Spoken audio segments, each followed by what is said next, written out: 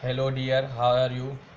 जैसे कि मैंने कल भी आर्टिकल अपलोड किया था पाकिस्तान ऑब्जर्वर के, कुछ हम क्योंकि यहाँ से अंग्रेज़ी सीखते हैं तो मेरे वीडियो बनाने का मकसद यही है, रोज़ की तरह जो अप्रोच यूज़ करते हैं ग्रामर की, ताकि आप जो है ग्रामर को सही समझ पाएँ और कोई भी एग्ज़ाम हो आप उसको क्वालिफ़ाई कर सकें। तो हमारा बेसिक मकसद जो है वो है अंग्रेज़ी सीखना, और उसके स्ट्रक्चर्स क्या आते हैं न्यूज़पेपर के थ्रू या फिर जो मैं ग्रामर का वीडियो बनाता हूँ उससे। तो सभी व्यूवर्स का welcome. Hope that you all are well. और मैं जो वीडियो बना रहा हूँ इसको आप कंप्लीट देखें, ताकि आप जब इससे जुड़े रहेंगे और मुकम्मल देखेंगे तो आपको पता चल जाएगा, और फिर आप समरी भी लिख सकेंगे। जो एसेज वगैरह प्रसी वगैरह लिखते हैं उसमें तो आपके कॉन्सेप्ट बहुत बेहतरीन बनेंगे। और मैं ये चाह रहा हूँ कि अगर आप मेरे साथ जुड़े रहेंगे तो आप अपने आप को कंप्लीट चेंज समझेंगे ग्रामर के हवाले से। और वीडियो अगर पसंद आए तो इसको लाइक ज़रूर करें, शेयर करें और सब्सक्राइब भी करें, ताकि जब मैं और भी वीडियो बनाऊं तो आपके पास आ जाए। और जो आज नए सब्सक्राइबर जुड़ रहे हैं वो भी वीडियो को कंप्लीट देखें और सब्सक्राइब करें और दोस्तों का शेयर करें, ताकि मैं आपके लिए और भी अच्छे वीडियो बना सकूं और आपके पास वो आ सकें। उसी अप्रोच के साथ शुरू करते हैं आज का एडिटोरियल। कोविड-19 क्राइसिस यानी कोविड, ये कोरोना वायरस डिज़ीज़, तकरीबन आजकल हर किसी को पता होगा कोविड-19 का। कोरोना वायरस डिज़ीज़ 2019 में जो आई थी, ये क्राइसिस यानी कि बड़ा डैमेज, कोरोना वायरस डिज़ीज़ का जो है नुकसानात। An unprecedented push for SDGs action, एक ना दिखने वाला पुश यानी किसी चीज़ को पुश फार जो है, ये जो है फ्रेजल वर्ब है। इसका मतलब है डिटरमाइन करना, कोई एफर्ट्स करना ताकि कुछ हासिल कर सकें, या इनकरेज करना, किसी को इनकरेज करना क्या हासिल कर सकें। SDGs एक्शंस, SDG एक्शन क्या होते हैं? ये जो होते हैं डेवलपमेंट गोल्स होते हैं जो बनाए गए हैं। सस्टेनेबल डेवलपमेंट गोल्स 2015 को बनाए गए थे यूनाइटेड नेशन जनरल असेंबली से, और इसमें तकरीबन 17 गोल्स हैं। उसके भी मैं नाम बताऊंगा आपको, लेकिन वो आगे भी आएंगे। तो उस हवाले से है, यानी गवर्नमेंट जो कोविड-19 का क्राइसिस आया है इसने अनप्रेसिडेंटेड पुश किया है SDGs एक्शन को, यानी इसने बेनिफिट, इसमें वो चीज़ दिख रही है ताकि ये गोल्स जो हैं हम क्लियर कर सकें। चलते हैं आगे। आज ग्रामर के कॉन्सेप्ट आएंगे, आप देखिएगा और नोट भी करिएगा। और मैं ये चाह रहा हूँ जो जो स्टूडेंट्स नोट्स बना रहे हैं उनके लिए बहुत ही फ़ायदा होगा, क्योंकि आप अगर सुनेंगे सिर्फ तो वो आप भूल भी सकते हैं, लेकिन अगर आप नोट्स बनाएंगे तो आपको ये याद रहेगा। तो लिख लीजिएगा कापी पेन उठा के। Imagine if a country reduce its carbon footprints by quarter in just 2 weeks। Imagine करें, आप एक चीज़ सोचें दिमाग में, कोई जो मुल्क है वो रिड्यूस कर सकता है, कम कर सकता है कार्बन फुटप्रिंट्स को क्वार्टर तक। कार्बन फुटप्रिंट्स क्या होते हैं? यानी कि जो कार्बन डाइऑक्साइड की गैसेस जो एनवायरनमेंट में आती है उसको कहते हैं कार्बन फुटप्रिंट्स। और उससे क्या होता है, ग्लोबल वार्मिंग इंक्रीज़ होती है, गर्म और सीजनल वेरिएशंस होता है और वेदर काफ़ी चेंज होती है। तो कार्बन अगर ज़्यादा एक्सेस में बढ़ेगा तो हीट भी ज़्यादा ही होगी, और ये तकरीबन सेहत के लिए भी सही नहीं है और बिजनेस के लिए सही नहीं है। बाय अ क्वार्टर यानी एक चौथाई, 4 में से एक चौथाई जो है वो कम हो जाए जस्ट 2 वीक्स, 2 हफ्तों में। Dramatically improves its air quality index from 303 to 92 in a month। Dramatically यानी सरप्राइजिंगली ये इम्प्रूव करता है, यानी बेहतर करता है एयर क्वालिटी इंडेक्स को, हवा की क्वालिटी को, उसकी खासियत को। और वो कितने पॉइंट्स गए हैं? 303 में से 92 इन अ मंथ, यानी इतनी पॉइंट्स में इतनी पॉइंट गया है। ये एयर जो है इम्प्रूव हुई है। क्यों इम्प्रूव हुई है आगे चल के बताएगा। And its electricity demand plummeted by 30% compare to the same previous year. और इसकी जो इलेक्ट्रिसिटी की डिमांड जो है, जो इलेक्ट्रिसिटी डिमांड की जाती है उसकी ज़रूरत होती है, वो प्लूमिटेड बाय 30% से वो गिर चुकी है 3% compare to the same period of the previous year. अगर हम इसी साल पिछले साल की भेंट में आज की साल की भेंट करें तो 30% से ये जो है इलेक्ट्रिसिटी की जो डिमांड है वो गिर गई है। प्लूमिटेड मतलब डिक्लाइन होना, लेकिन फास्ट डिक्लाइन होना, उसको कहते हैं प्लूमिलाइट। इसके प्लूमिटेड इसके सिनोनिम्स होते हैं कलेप्स, वो भी फास्ट डिक्लाइन होता है। डिक्लाइन अगर हम यूज़ करेंगे वो तो स्लो ग्रेजुअली डिक्लाइन होता है, यानी आस्ते आस्ते कम होना। अगर प्लूमिटेड लिखा गया है इसका मतलब है तेज़ गिरा। आप यहाँ नोट कर सकते हैं 30%, यानी ये बहुत ज़्यादा है, गिरी है, गिरावट आई है गुजर प्रीवियस ईयर्स के। These earlier unimaginable scenarios have turned into reality in China, India, Pakistan as a result of ongoing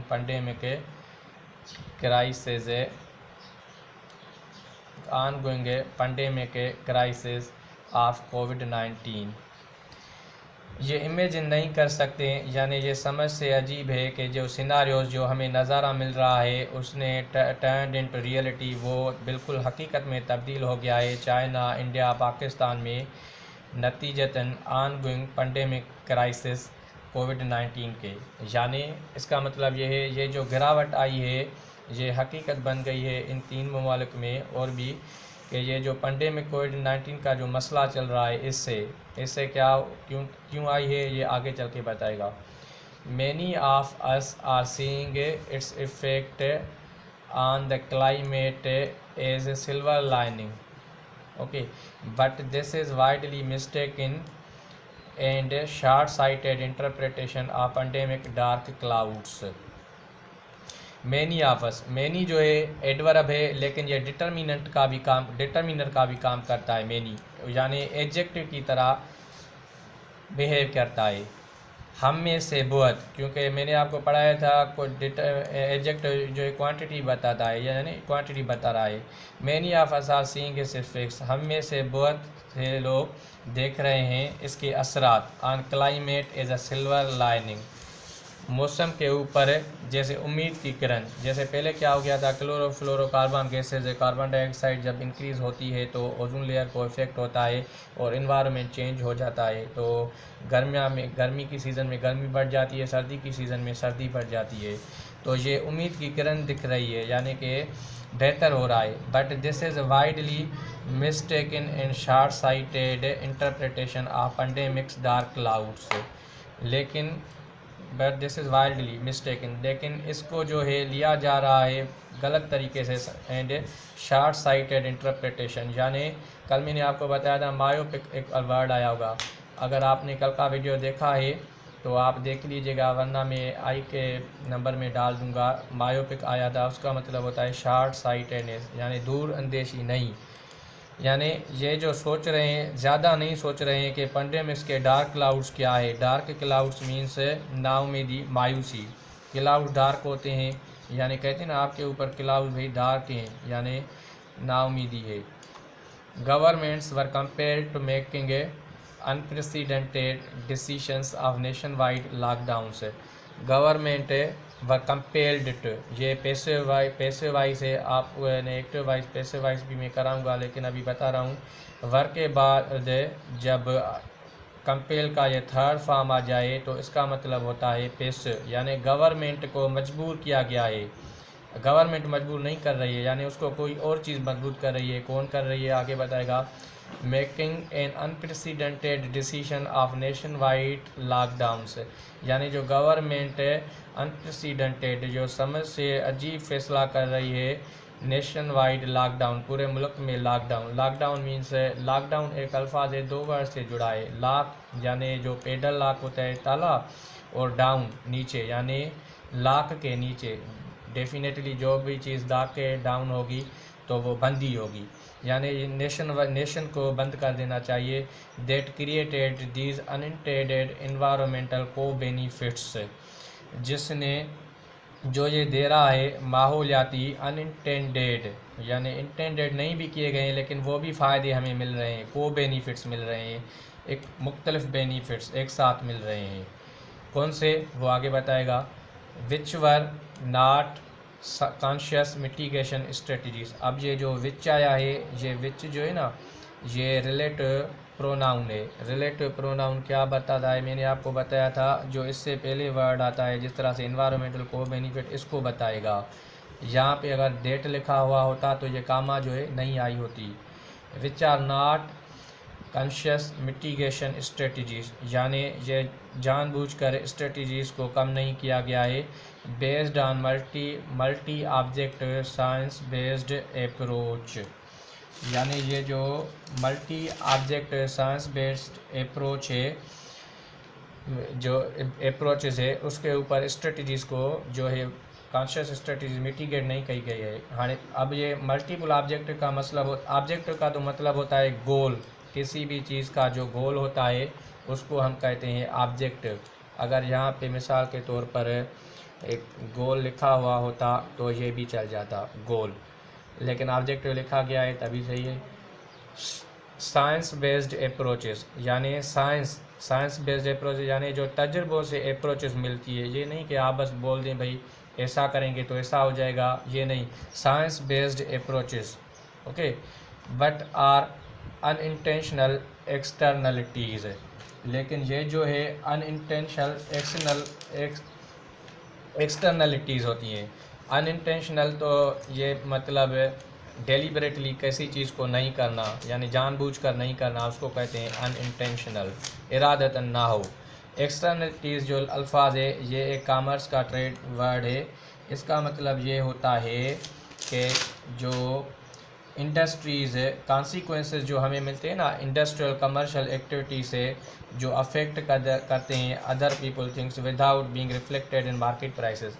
आसान अल्फाज में मैं बताता हूँ, यानी जो हमें नतीजे मिलते हैं इंडस्ट्रियल सेक्टर से। अभी इंडस्ट्री शट डाउन की जाएगी तो लोग डेफिनेटली लोग बाहर नहीं जाएंगे, क्योंकि जो काम करते हैं लेबर वगैरह यहाँ वहाँ पे, तो वो स्कूटर कार या उसके जो बसेस वगैरह होती हैं या ट्रांसपोर्टेशन होती है वो इस्तेमाल नहीं करेंगे, तो डेफिनेटली जो कार्बन का मकदार होगा वो कम होगा, क्योंकि फ्यूल नहीं यूज़ होगा तो कार्बन भी कम मिलेगा। उसको कहते हैं एक्सटर्नलिटीज़। यानी ये लोगों को तो अफेक्ट करती है लेकिन प्राइस से अफेक्ट नहीं करती है। ये करती है लोग जाते ही नहीं है, और एटमॉस्फेरिक लेवल पे भी ये अफेक्ट करती है। ऑफ पेंडेमिक फियर, पेंडेमिक के खौफ से, ये बता रहा है पेंडेमिक फियर, यानी पेंडेमिक के खौफ से, यानी पेंडेमिक के खौफ से वो नहीं जा रहे हैं इंडस्ट्रीज़ जो है वो शिफ्ट कर रहे हैं, उसके जो नताज मिल रहे हैं। पेंडेमिक वर्ड है, इसका मतलब होता है आलमी वबा। अभी पेंडेमिक का मतलब होता है आलमी वबा। एक और अल्फाज होता है जो होता है इंडेमिक, और भी होता है जिसको हम बोलते हैं एपिडेमिक। ओके, अब भाई ये जो एंडेमिक होती है और जो एपिडेमिक होती है, एपिडेमिक, ओके, एंडेमिक जो होती है वो डिजीज़ कम्युनिटीज़ में होती है। मतलब वो एक स्पेसिफिक पर्टिकुलर एरिया होता है, जैसे कि एक शहर में हो गई और किसी कम्युनिटी को हो गई। और जो एंडेमिक होती है वो क्या करती है, और एपिडेमिक जो होती है, एपिडेमिक वो लार्जर देन कम्युनिटी, यानी किसी कंट्री में आ गई या किसी और ज़्यादा शहरों में फैल गई और या पूरे मुल्क या स्टेट में आ गई। लेकिन जो पेंडेमिक होती है इसका मतलब होता है इंटरनेशनल लेवल पे, आलमी लेवल पे। ओके, तो होप दैट आपको पेंडेमिक, एंडेमिक और आप समझ में आ गया होगा, एंडेमिक, पेंडेमिक एंड ओके। आगे चलते हैं। दिस रिप्रीव, ये जो रिप्रीव है, रिप्रीव के दो मतलब होते हैं। एक तो होता है स्ट्रांग पनिशमेंट, यानी मिसाल के तौर पर अगर कोई स्ट्रांग पनिशमेंट होती है, ओके, रिप्रीवेंट का होता है पनिशमेंट। आप ये नोट कर लीजिएगा, मैं भी आपके लिए लिख रहा हूँ, पनिशमेंट दी जाती है। और दूसरा मतलब जो होता है, दूसरा मतलब होता है अनबायस्ड, सॉरी या एडजेक्ट में reprieve, unbiased, impartial, no, reprieve या delay before something bad happen. मतलब रिप्रीव का मतलब ये होता है देर की जाए, बेहतर है देर की जाए बजाय कि कुछ बुरा ना हो, उसको कहते हैं रिप्रीव। अब ये कह रहा है दिस रिप्रीव, ये जानबूझकर देर करना ताकि कोई मुसीबत ना आए, will only last as long as the कोविड-19 does end does not ensure the well being on environment in the long run.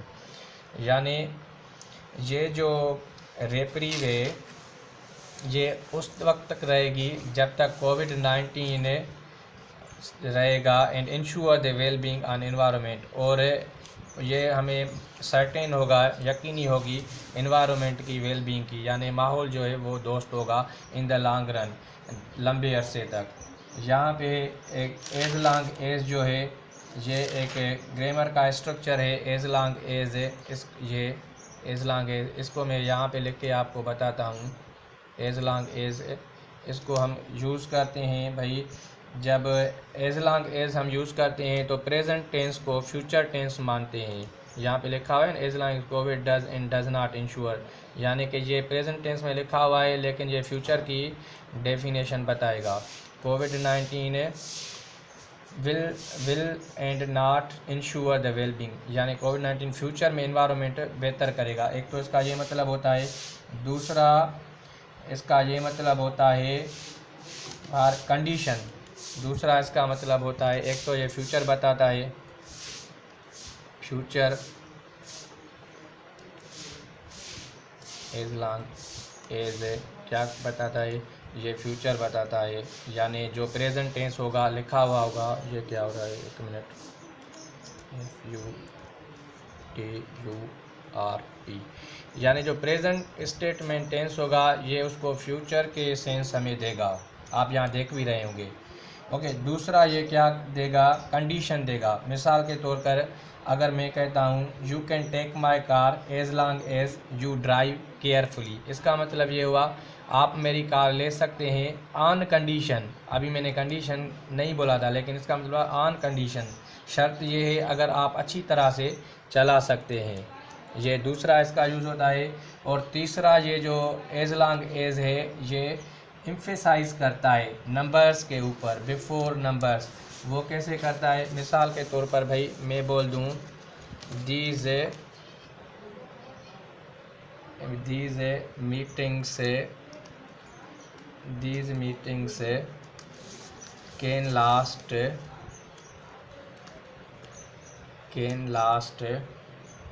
As long as 4 hours, यानी कि ये मैं स्ट्रेस दे रहा हूँ। अभी देखिए आप दीज मीटिंग्स से ये कर लिखिए, meetings can last as long as 4 hours, यानी ये लिखने में गलती हो गई है, टाइपो है, लेकिन इसका मतलब ये हो गया ये मीटिंग तकरीबन मुझे लगता है 4 घंटे तक रहेगी। ओके, और इसमें एक दूसरी बात देखनी है, कोविड-19 डज लगा हुआ है और एंड के बाद भी डज लगा हुआ है, इसका मतलब है जब एंड आता है तो इसका मतलब ये होता है डज के बाद एंड के बाद फिर से ये कोविड-19 लिखा हुआ है यहाँ पे, जो कि नहीं लिखा हुआ है लेकिन ये अंडरस्टूड है, यहाँ पे कोविड-19 है, इसी वजह से यहाँ पे भी डज आया। Does not ensure well being environment long run, ये तो पढ़ाया गया। अब ये एक और आए, nevertheless the positive environmental effect of this pandemic is a stark indicator of interdependent relationship between health and environment, economy, and constitute core sustainable development goals। अभी इसका मतलब ये हुआ है, पहले इसकी मीनिंग समझते हैं, उसके बाद ग्रामर की पॉइंट में आपको बताऊंगा ये जो नेवरदलेस है ये किस तरह से होता है। नेवरदलेस पॉजिटिव एनवायरमेंटल इम्पैक्ट, यानी इसके बावजूद भी पॉजिटिव एनवायरमेंटल इम्पैक्ट जो मिला है दिस पेंडेमिक से, दिस आलमी वबा से, इज़ स्टार्क इंडिकेटर, ये बिल्कुल साफ इंडिकेटर है, साफ बताता है ऑफ इंटरडिपेंडेंट रिलेशनशिप, यानी रिलेशनशिप एक दूसरे के ऊपर, जो इंटरडिपेंडेंट का मतलब होता है ईच अदर, यानी एक दूसरे के ऊपर दारोमदार करना। बिटवीन हेल्थ सेहत, एनवायरनमेंट माहौल, एंड इकानमी मईशत, that constitute core sustainable development SDGs, जो जोड़ते हैं, कंस्टिट्यूट यानी जो ओबे करते हैं, जोड़ते हैं कोर सस्टेनेबल डेवलपमेंट गोल्स को। यानी इसका मतलब ये हुआ भाई, इसके बावजूद पेंडेमिक के बावजूद भाई ये क्लियर इंडिकेशन हमें मिल रहा है कि हेल्थ, इन्वायरमेंट, इकानमी जो है ये आपस में डिपेंडेंट है। यानी अगर इन्वायरमेंट बेहतर होगा तो हेल्थ भी बेहतर होगी, और इकनॉमी भी। लेकिन इकनॉमी को जब हम लॉस भी देते हैं, एक मिसाल के तौर पर सोचते हैं कि इंडस्ट्रीज़ बंद भी होती हैं तो इकोनॉमिक लॉसेस भी होते हैं, तो फिर इन्वायरमेंट भी बेहतर होता है। तो ये आपस में कोरिलेटेड है। अब आते हैं नेवरदलेस के बारे में। भाई नेवरदलेस क्या है? नेवरदलेस जो है ये मैं आपको बताऊं, how ever, nevertheless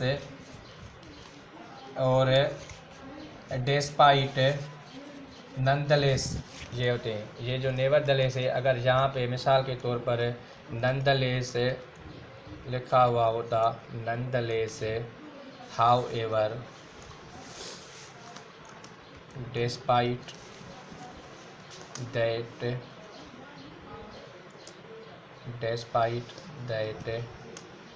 in spite of that, या इन स्पाइट ऑफ डेट अगर यहाँ पे लिखा होता लिखते।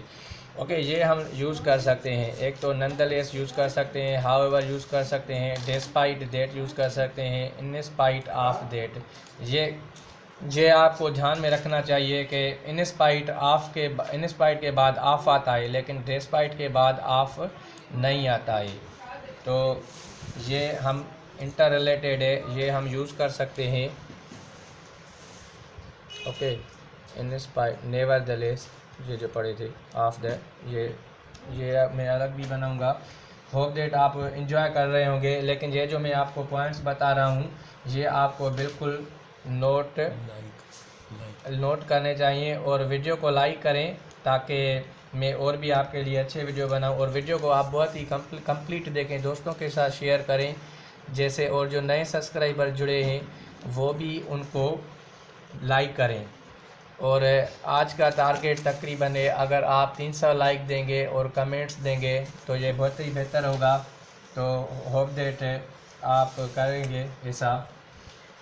ओके, और नेवरदलेस जो यूज़ होता है ये ज़्यादा फार्मल होता है, ये भी बात नोट करने की है। नेवरदलेस फार्मल होता है। फार्मल मैंने आपको कल बताया था कि भाई जो है इन्वायरमेंट की स्पेल गलत हो गई है, environment, MENT।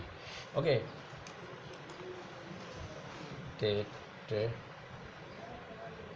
Threat in the economy, TH, environment,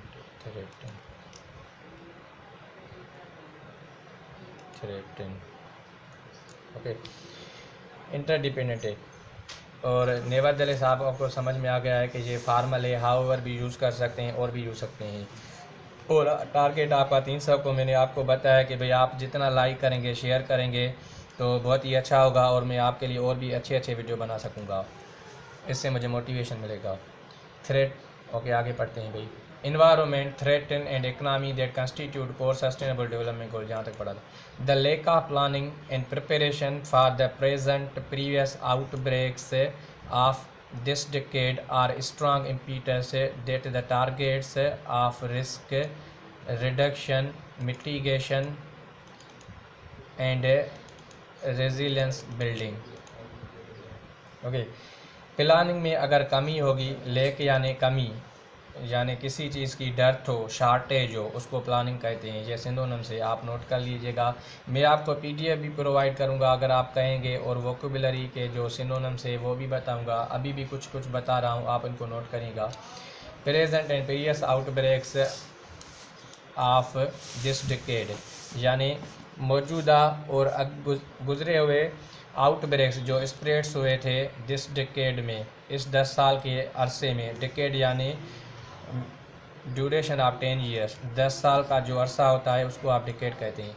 are strong impetus that targets of risk reduction, वो मजबूत इम्पीटस करते हैं, हथी देते हैं टारगेट्स को रिस्क में रिडक्शन हो, ताकि जो ख़तरे हैं वो कम हो, मिटिगेशन और भी कम हो, and resilience building in the following sustainable goals, और सस्टेनेबल गोल्स में रेजिलियंस बिल्डिंग हो। रेजिलियंस बिल्डिंग का मतलब होता है, रेजिलियंस वर्ड को आप ऐसे समझेंगे जैसे कोई चीज़ को थोड़ा नुकसान हो, फिर वो बेहतर हो जाए अपनी पोजीशन में, वो अपने साइड इफ़ेक्ट्स को कवर कर ले और फिर से बेहतर बन जाए, उसको कहते हैं रेजिलियंट गोल्स। गोल 1 अभी मैंने आपको बताया था कि ये 17 गोल्स है, यहाँ पे जो मेंशन किए गए हैं उनमें से मैं यही पढ़ रहा हूँ। 1 poverty, hunger, good health, wellbeing. 11 number goal sustainable cities and communities. एक तो गुर्बत का खात्मा हो, भूख अफलास का खात्मा हो, सेहत अच्छी बनी रहे, और सस्टेनेबल सिटीज़ एंड कम्युनिटीज़, और सिटीज़ और शहरी जो है इनका मुस्तकबिल जो है वो बेहतर रहे। सस्टेनेबल वर्ड का मतलब होता है जो कंटिन्यूटी हो, लॉन्ग रन हो, बेहतर फ्यूचर हो, उसको कहते हैं sustainable cities. And goal 13 climate action, और जो मौसम है वो भी, उसके ऊपर भी एक्शन सही हो ताकि वो भी सही हो। Must be prioritize now in policy design delivery to make them preventive rather than reactive, यानी उनको तरजीह देनी चाहिए, उसी बुनियाद पे डिज़ाइन किया जाए, बनाया जाए और सर्विस डिलीवरी दी जाए, सर्विस दी जाए to make them preventive rather than reactive, उनको रोका जाए बजाय कि उनको बढ़ाया जाए। अब यहाँ पे एक वर्ड है रादर देन, ओके, ये रादर देन, इसका मतलब जब ये रादर देन आता है तो इसके पहले जो हम वर्ब लगाते हैं उसी का ही वर्ब दूसरी नंबर पे लगाएंगे, जैसे कि रिएक्ट यहाँ पे लगा हुआ है और प्रिवेंट यहाँ पे लगा हुआ है।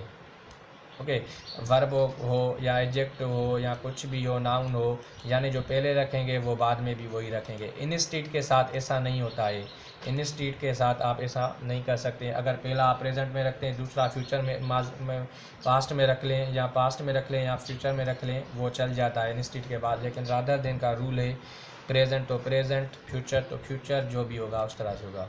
उम्मीद है आपने ये पॉइंट भी नोट करी होगी। To potentially catastrophic events in the future, to potentially catastrophic events in the future, यानी जो नुकसानदह, कैटास्ट्रॉफिक यानी जो तबाहकुन हो, नुकसानदह हो इवेंट्स जो वाक़े होते हैं मुस्तकबिल में, उनसे बचा जाए। प्रिवेंट रादर देन रिएक्ट, यानी प्रिवेंट होना चाहिए बजाय के रिएक्ट, और ये प्रेफरेंस को भी सिलेक्ट करता है, ये प्रेफरेंस दे रहा है प्रिवेंटिव को, रिएक्टिव को प्रेफरेंस नहीं दे रहा है। ओके, आगे चलते हैं। When ever the world experienced health crisis, जैसे कि दुनिया अब एक्सपीरियंस कर रही है, गुजर रही है हेल्थ क्राइसिस से। एक्सपीरियंस एक होता है तजुर्बा, और यहाँ पे तजुर्बा क्यों मिलता है, वो भी किसी चीज़ से गुजरने के लिए। ओके, किस से गुजर रही है, क्राइसिस से, यानी परेशानी से गुजर रही है।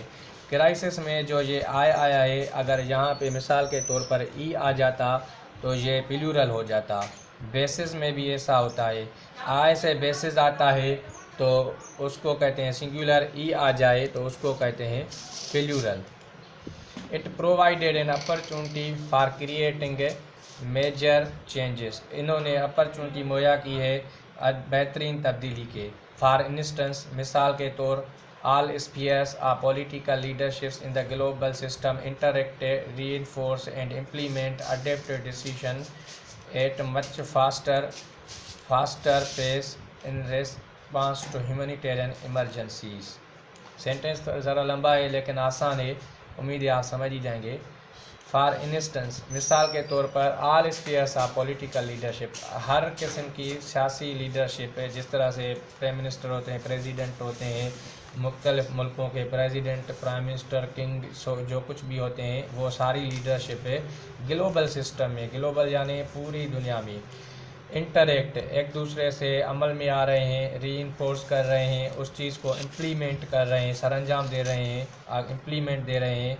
Adaptive decisions at much faster pace, जो डिसीशन एडजस्ट किए, माने बेहतर डिसीशंस फास्टर पेस पे, यानी बेहतर कदम पे, पेस यानी कदम। In response to humanitarian emergencies, क्यों दे रहे हैं? क्योंकि ह्यूमनिटेरियन इमरजेंसीज डिमांड कर रही है, क्योंकि इंसानों को तकलीफ़ हो रही है और वो इसी वजह से जो है एक साथ मिले हुए हैं ताकि हम इसको जल्द से जल्द ख़त्म करें, और सारे एक साथ सर जोड़ कर जुड़े हुए हैं। The current situation suggest a clear need to adopt coordinated approach which may not focus solely on overcoming crisis but ensure effective short long term initiative with engagement of all political stakeholders। Sentence ज़रा लंबा है, अब पढ़ते हैं इसको।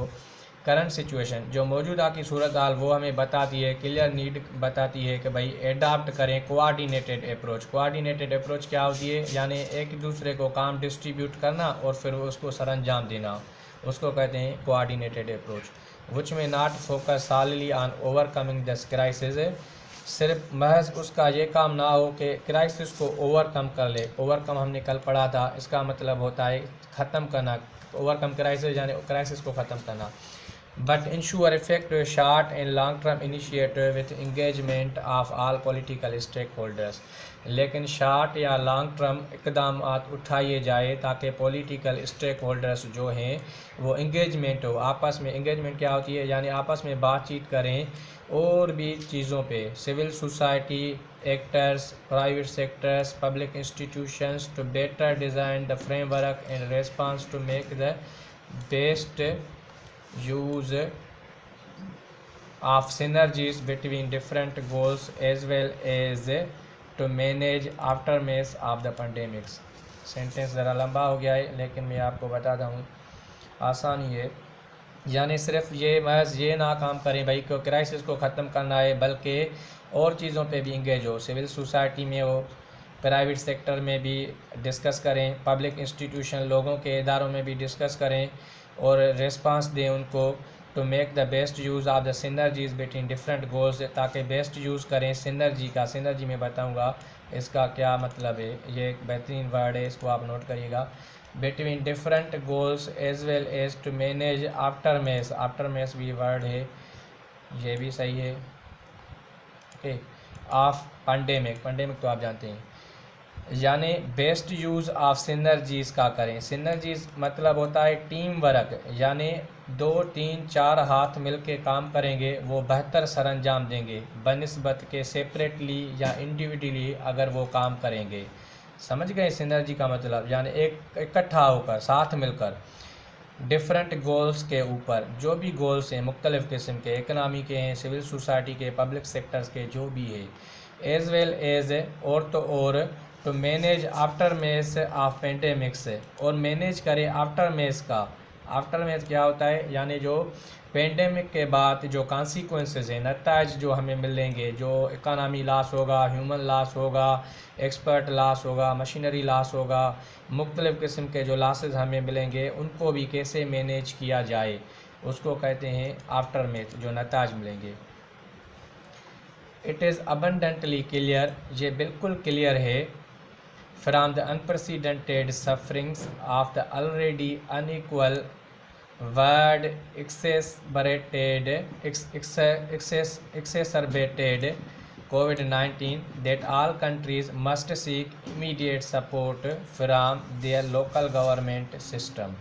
Okay, sentence थोड़ा complicated है लेकिन के लिए आसान भी है, मैं बताऊंगा। और इसमें एक यूज़ है वो भी मैं आपको बताऊंगा, और इसके ऊपर फिर हम ग्रामर भी बनाएंगे। इट इज़ अबंडेंटली क्लियर, ये बिल्कुल साफ दिखाई देता है। अनप्रेसिडेंटेड सफरिंग यानी वो तकलीफ़ें जो हमने कभी सोची ही नहीं थी। अनप्रेसिडेंटेड सफरिंग्स में और तकलीफ़ें जो हमने कभी सोची ही नहीं थी। Of already unequal world exacerbated by कोविड-19, जो ऑलरेडी अनइक्वल वर्ल्ड यानी पहले ही दुनिया को बहुत मसले थे कोविड-19, फिर वो भी आ गया। That all countries must seek immediate support from their local government, ताकि गवर्नमेंट जो मुल्क जो हैं ज़रूर और जल्दी सपोर्ट हासिल करें लोकल गवर्नमेंट से, यानी उस मकामी गवर्नमेंट। लोकल गवर्नमेंट जिस तरह से लोकल गवर्नमेंट होती है, मकामी गवर्नमेंट मुल्क की गवर्नमेंट भी होती है, और सिटीज़ की, प्रोविंसेस की, स्टेट्स की, उसको कहते हैं लोकल गवर्नमेंट सिस्टम से। हाँ, मैंने यहाँ पे बताया आपको मस्ट। मस्ट जो है ये मोडाल वर्ब है, आपको पता होगा मस्ट क्या करता है। ये जो है इसका मतलब होता है लाजमी, यानी अगर ना किया जाएगा तो रिजल्ट्स अच्छे नहीं होंगे। मस्ट को हम पढ़ते हैं भाई ये लाजमी होना चाहिए। ओके, और मस्ट का कभी मस्ट के बाद कभी एस नहीं आएगा, ये आप जान ले, मस्ट नहीं लिखा जाएगा। और जो मस्ट है मिसाल के तौर पर ये मॉडल वर्ब भी है, मैं आपको ज़रा लिख के समझाता हूँ। जैसे कि आप ये कहोगे मस्ट यू गो, आप ऐसा नहीं कहेंगे, आप ऐसा नहीं कहेंगे do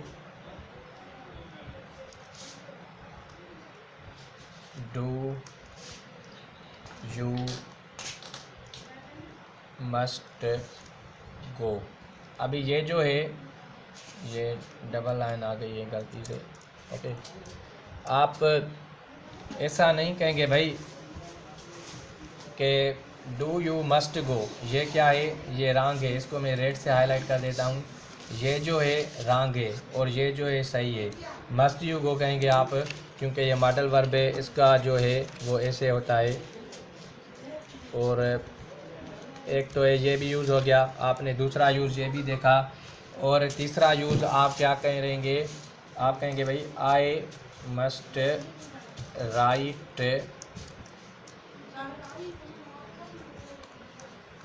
to my brother. Okay, एक ही सेंटेंस में बताता हूँ।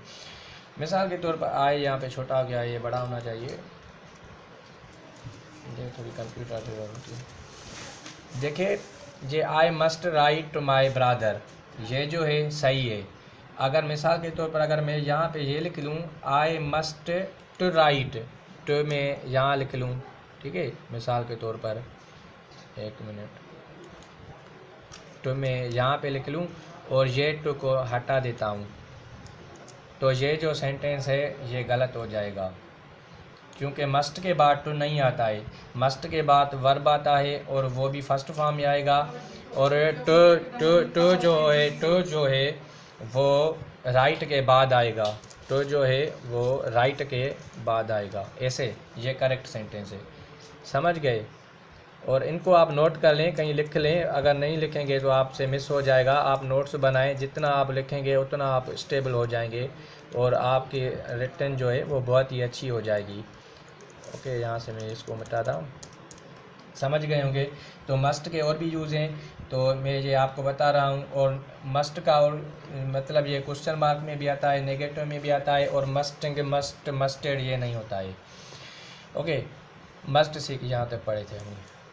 लोकल, हाँ, प्राइवेट हेल्थ सर्विसेज प्रोवाइडर से प्राइवेट हेल्थ सर्विसेज प्रोवाइडर से लोकल डोनर से, यानी गवर्नमेंट उनके इमीडिएट सपोर्ट ले, प्रोवाइड लोकल डोनर से जो मदद करते हैं, कम्युनिटी वॉलंटियर से, to streamline effect and equitable emergency preparedness and response capacity, ताकि वो जो है वॉलंटियर जो है इफ़ेक्टिव रिज़ल्ट लाएँ। स्ट्रीमलाइन मतलब इफ़ेक्टिव रिज़ल्ट लाना, फ्रूटफुल फ़ायदेमंद रिज़ल्ट लाना, और उसमें क्या हो, पैसे भी कम खर्च हो, ओके, रिसोर्सेज भी कम खर्च हो, रिज़ल्ट भी इफ़ेक्टिव हो, उसको कहते हैं स्ट्रीमलाइन। फिर इफ़ेक्टिव हो, इक्विटेबल बराबर हो, emergency preparedness and response capacity, यानी जो कैपेसिटी डिमांड करती है, सिचुएशन हालत डिमांड करती है, उसको बिल्कुल ये जो है तैयार रहना चाहिए उस चीज़ के लिए। One such capacity that is now more relevant that ever is of the digital and mobile technologies, एक कैपेसिटी जो अभी रिलेवेंट है, यानी उस जैसी है, that ever digital mobile technology ने हेल्थ केयर डिलीवरी सिस्टम, यानी कभी डिजिटल या mobile technology health care delivery system में हो। This pandemic crisis has pushed society at all levels to recognize that health is the central and core dimension of sustainable development. This pandemic, ये जो आलमी वबा का मसला आ गया है, इसने सोसाइटीज़ को पुश किया है, यानी धक्का दिया है, आगे किया है, एट ऑल लेवल्स, हर सतह के ऊपर, to recognize that health is central core dimension. इस चीज़ को आपको मानना पड़ेगा कि सेहत जो है ये बहुत ही अहम डायमेंशन है, यानी बहुत ही इम्पॉर्टेंट है आप सस्टेनेबल डेवलपमेंट के लिए, यानी डेवलपमेंट जो फ्यूचर तक रहे, कंटिन्यू रहे। ये कैसे इम्पॉर्टेंट है? क्योंकि जब सेहत रहेगी तो बंदे काम भी करेंगे और सारी रिजल्ट्स जो होती है ह्यूमन बींग से ही होती है, और इसी वजह से ये कह रहा है। इकानमी मईशत भी तभी बेहतर होगी, सोसाइटी समाज भी तभी बेहतर होगा, इन्वायरमेंट उसके लिए भी कुछ अच्छा हो सकेगा। द टर्म सस्टेनेबल डेवलपमेंट, अब सस्टेनेबल डेवलपमेंट जो हम पढ़ रहे हैं वो came into limelight in late 20th century. Sustainable development जो आया था, लाइमलाइट था, यानी ये सेंटर ऑफ अट्रैक्शन था, सभी को पता चल रहा था ये क्या है, 20th सेंचुरी में आया था। इसका और भी है सिनोनिम, इसको जो ज़बरदस्त सिनोनिम है इसका वो है साइनोशूअर। आप ये भी नोट कर लीजिएगा, साइनोशूअर।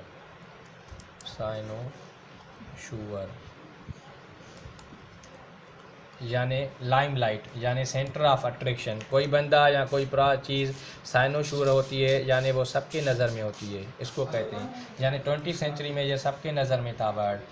पब्लिक कंसर्न और लोगों के परेशानियाँ ये थी over the unrestricted resource exploitation से, जैसे कि रिसोर्स की एक्सप्लाइटेशन हो रही थी, उसको यूज़ किया जा रहा था negatively, leading to global ecological system, और इसको कनेक्ट किया जा रहा था ग्लोबल इकोलॉजिकल यानी बैनुल-अक़वामी माहौल, फाइनेंशियल मालियाती एंड हेल्थ क्राइसिस से। यानी इसको कनेक्ट किया जाता था कि फाइनेंशियल, इकोलॉजिकल और हेल्थ क्राइसिस जो है इससे कनेक्ट किया जा रहा था।